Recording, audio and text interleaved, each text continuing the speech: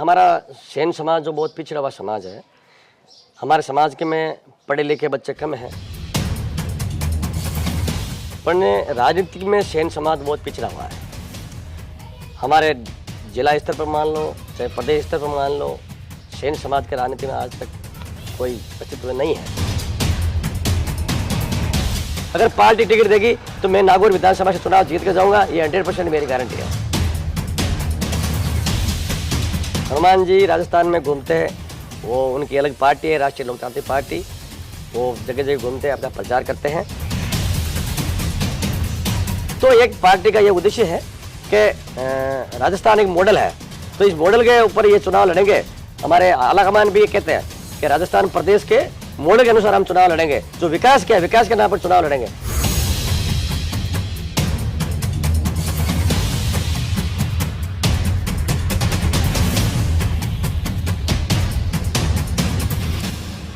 इस वक्त हमारे साथ ओम प्रकाश सेन जी हैं, जो कांग्रेस के नेता हैं और आगामी जो विधानसभा चुनाव होने वाले हैं उसमें प्रत्याशी के तौर पे भी दम भर रहे हैं।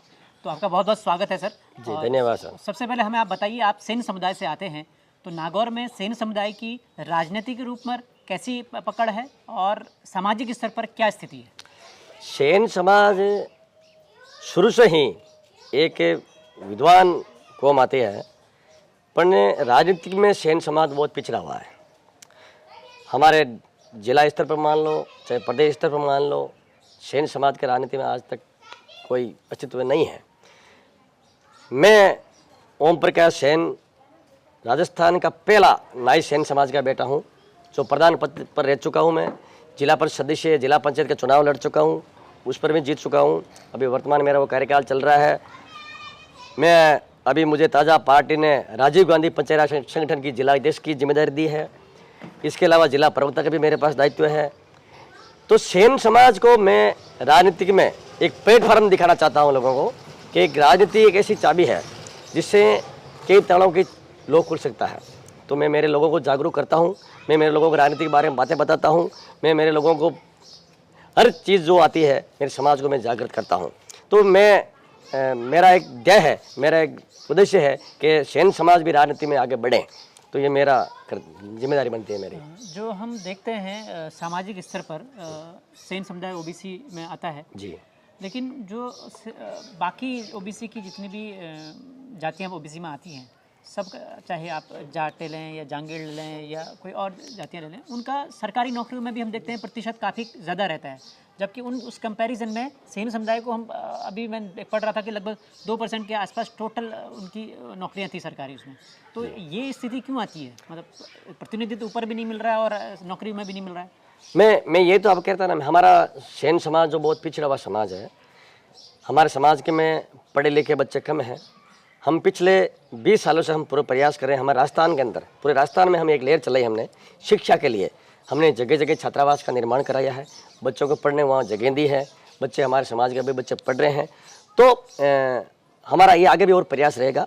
तो शिक्षा के साथ साथ समाज को राजनीति में भी जोड़ना चाहिए, ये हम इसका जागृत कर रहे हैं लोगों को। तो आपका कहना ये है कि जितनी भी आज से पहले राजस्थान में सरकारें रही, चाहे बीजेपी की या कांग्रेस की या यहाँ से जो भी नेता रहे, उन्होंने सेन समुदाय को उचित दृष्टि से या उचित मार्गदर्शन नहीं दिया कि वो शिक्षित हों। उनको अगर वो समाज में अगर कमतर हैं तो उनको पढ़ाने के लिए ज़्यादा कोशिशें नहीं की। नहीं, इसमें सरकार, कोई भी सरकार आई, सरकार ने हमारी तरफ ध्यान नहीं दिया। हमारे कांग्रेस राज में श्रीमान माननीय अशोक जी गहलोत साहब ने हमारे सेन समाज का केस कला बोर्ड का गठन किया, जिससे हमारे समाज का एक प्रतिनिधि बोर्ड का चेयरमैन बना है श्री महेंद्र गहलोत। और ये पहला मौका है कि कांग्रेस ने हमारे समाज की सुध ली है।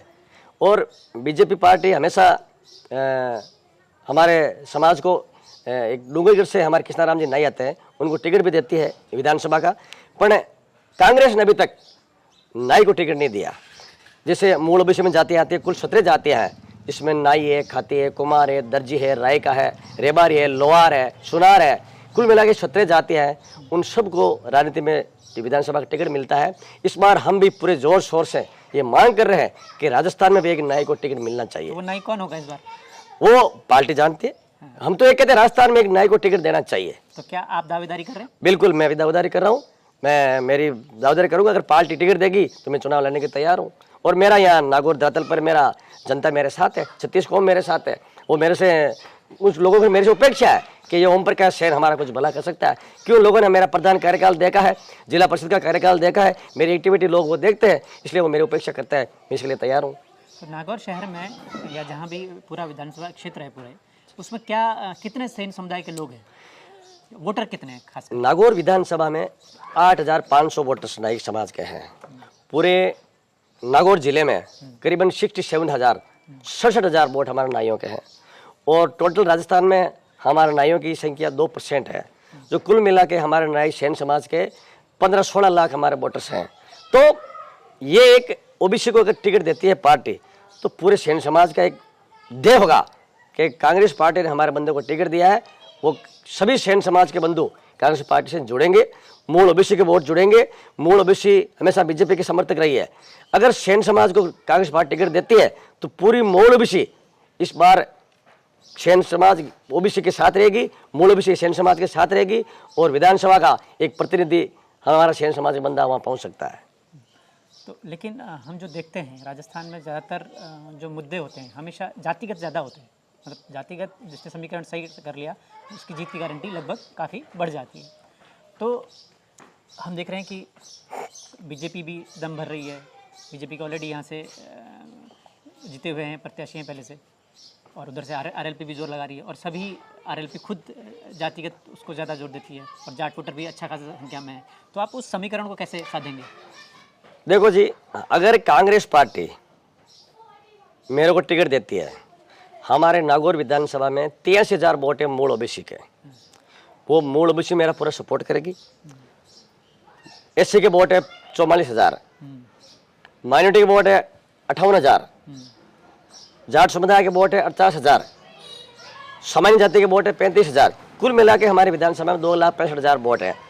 तो मेरे को 36 कौम वोट देती आई है। मैं 2 चुनाव लड़ चुका हूँ पहले, उसमें मैंने 36 कौम को मेरे को वोट दिए, और इस विधानसभा में मेरे को 36 कौम वोट देगी, ये मुझे पूरा विश्वास है। अगर पार्टी टिकट देगी तो मैं नागौर विधानसभा से चुनाव जीत के जाऊंगा, ये 100% मेरी गारंटी है। हम कई इंटरव्यू में सुन रहे थे, हनुमान बेनीवाल ने दावा करते हैं कि भाई मैंने नागौर में बहुत विकास किया है, और मैं मेरा आरएलपी 200 सीटों पर चुनाव लड़के दिखाएगी, और नागौर की सीट तो 100% उन्हीं की है। देखो, हनुमान जी राजस्थान में घूमते हैं, वो उनकी अलग पार्टी है, राष्ट्रीय लोकतांत्रिक पार्टी, वो जगह जगह घूमते हैं, अपना प्रचार करते हैं। पर मैं ये दावे के साथ कहता हूँ, अगर नागौर में कांग्रेस पार्टी ने मूल ओबीसी के बंदे को टिकट दे दिया तो यहाँ आरएलपी क्या बीजेपी कोई भी हमारे पास भी नहीं लड़केगा। लेकिन ओबीसी में तो जाट भी आते हैं ना। ओबीसी में जाट आते हैं, वो जाटों की अलग है। हमें मूल ओबीसी की बात करता हूँ, जो मूल ओबीसी में हमारे 17 जाति है, मैंने अभी आपको बताई ना, नाई, खाती, कुमार, दर्जी, सोनार, लोहार, ये 17 जाति हैं। मैं इसी की मूल ओबीसी की बात करता हूँ। लेकिन तो क्या आपको लगता है कि नागौर में विकास हुआ है या नहीं हुआ? नागौर में विकास खासकर बेनीवाल जी दावा करते हैं। देखो, बेनीवाल जी तो अभी एमपी का चुनाव अभी इनको 4 साल हुए हैं। इससे पहले भी हमारे एमपी रह चुके हैं, हमारे बीजेपी के, वो भी बीजेपी के एमपी थे। पर जितना नागौर में विकास पिछले 10-12 साल में हुआ है ना, अभी नागौर में इतना विकास नहीं हुआ है। ये कांग्रेस का हमारे एमपी थे ज्योति मिर्धा, उन्होंने हमारे नागौर में लोगों को पानी की व्यवस्था जरूर दिलाई है लोगों को, वो गाँव लोग आज पानी पी रहे हैं। बाकी ये पुल निर्माण और ये सड़कें अभी भी हमारे टूटी हुई है, पुल का काम अधूरा पड़ा है। पुल क्यों अधूरा पड़ा है ये बियाड़ी? ये पुल अधूरा, कंपनी आती है, कंपनी काम करती है और बीच में छोड़ के चली जाती है, वो पूरा काम करते नहीं है। जनता परेशान है इन पुल की वजह से। सरकार तो आप ही की है। सरकार हमारी है, ये इसका सेंटर का पैसा है पुल में। नहीं, सेंटर का तो सिर्फ 100 फीट वाला हिस्सा है। जो पुल का निर्माण है वो सेंटर का पैसा पूरा पूरा। और नागौर यहाँ विजय वल्लभ चौराहे से लेकर के मोनो चौराहे होते हुए और मानस तक जो ये पूरे सेंट्रल का है, और इसका टेंडर भी हो चुका है। तो 2 बार हो चुका है, 2 बार हो चुका है। दोनों ये एनएच के काम है पूरा, और ये सेंट्रल का मामला पूरा।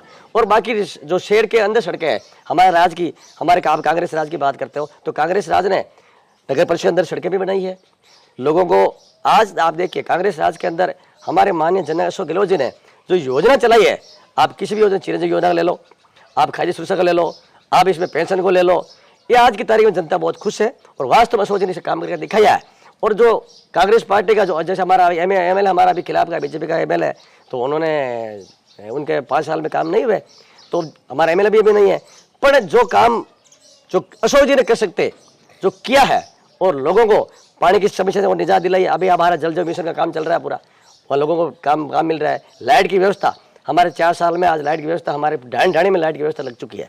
और ढाणी अभी ग्रेवल की सड़कें जो मनरेगा के तहत काम चलता है, पैसा सेंट्रल का आता है, उसमें स्टेट के पैसे शामिल होकर और मनरेगा का काम चलता है। मनरेगा हमारे राजस्थान गवर्नमेंट ने 100 की बजाय 100 हाजिरी कर दी, तो इससे लोगों को रुझान बढ़ा है और लोग इससे संतुष्ट है और मनरेगा में काम होता है, लोगों को रोजगार मिलता है और इस कार्य से लोग बहुत संतुष्ट हैं। लेकिन मैं देख रहा हूँ कि शहर के अंदर कई सड़कों की तो बहुत बुरी हालत है, चाहे आप बस स्टैंड वाली रोड ले लीजिए या मुंडवा चौराहे वाली रोड ले लीजिए, वहाँ की ऐसी मैंने अभी से बताया ना आपको, विजय वल्लभ चौराहे से लेकर मुंड चौराहे तक ये NH रोड है और ये NH रोड का इसका टेंडर हो चुका है। शहर के अंदर भी हाँ, ये NH रोड है, विजय वल्लभ चौराहे से होते हुए मुंड चौराहे होते हुए मानासा तक ये पूरी NH रोड है और ये NH का इसका टेंडर हो चुका है और काम अभी शुरू हो रहा है। अभी काम शुरू किया है, कोई बाहर की पार्टी ठेकेदार है वो काम शुरू कर रहे हैं इसका। अच्छा, ये बताइए कि जैसे हनुमान बेनीवाल जी ने भी कहा, RLP के सांसद हैं और पूरी ताकत भी लगा रहे हैं, बहुत लगातार रैलियाँ कर रहे हैं, कई विषयों पर उठा रहे हैं। उन्होंने कहा कि 200 सीटें पर वो चुनाव लड़ेंगे और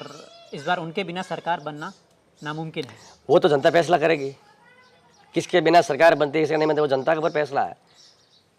और हनुमान जी यहाँ पर प्रत्याशी उतार सकते हैं, उसमें कोई शक नहीं। जैसे वो तो उनका निजी मामला, उनकी पार्टी का मामला है। तो उनकी जैसे 3 सीटें पिछले बार थी जी। आपको, आपका बीइंग अ पॉलिटिशियन, आपका इतना लंबा अनुभव भी है, तो आपको क्या लगता है, क्या सीटें उनकी कम हो रही हैं, बढ़ रही हैं, या जो उनके दावे हैं कि उनके बिना सरकार नहीं बनेगी? मैंने कहा ना, ये फैसला चुनाव में जनता जवाब देगी। अभी पहले स्थिति कोई क्लियर नहीं है, 3 सीटें आती है, बढ़ती है, कम होती है, वो जनता ही फैसला करेगी इसका। तो आपको लगता है कि उनकी जो राजनीति का जो धुरी है जातिगत, वो सही दिशा है, या जो कांग्रेस की नीति है सर्वधर्म विकास, वो नीति सही है? देखो, नीति तो सर्वधर्म विकास की नीति होनी चाहिए, चाहे भी कोई पॉलिटिक्स हो, चाहे कोई पार्टी हो। एक बार नेता चुनने के बाद में वो सभी जाति का होता है, तो होना भी चाहिए। तो आपकी क्या लक्ष्य है कि आप लोगों के पास जब जाएंगे तो क्या लेकर जाएंगे? लक्ष्य, मैं इस विधानसभा से ज़मीन से जुड़ा हुआ आदमी हूँ।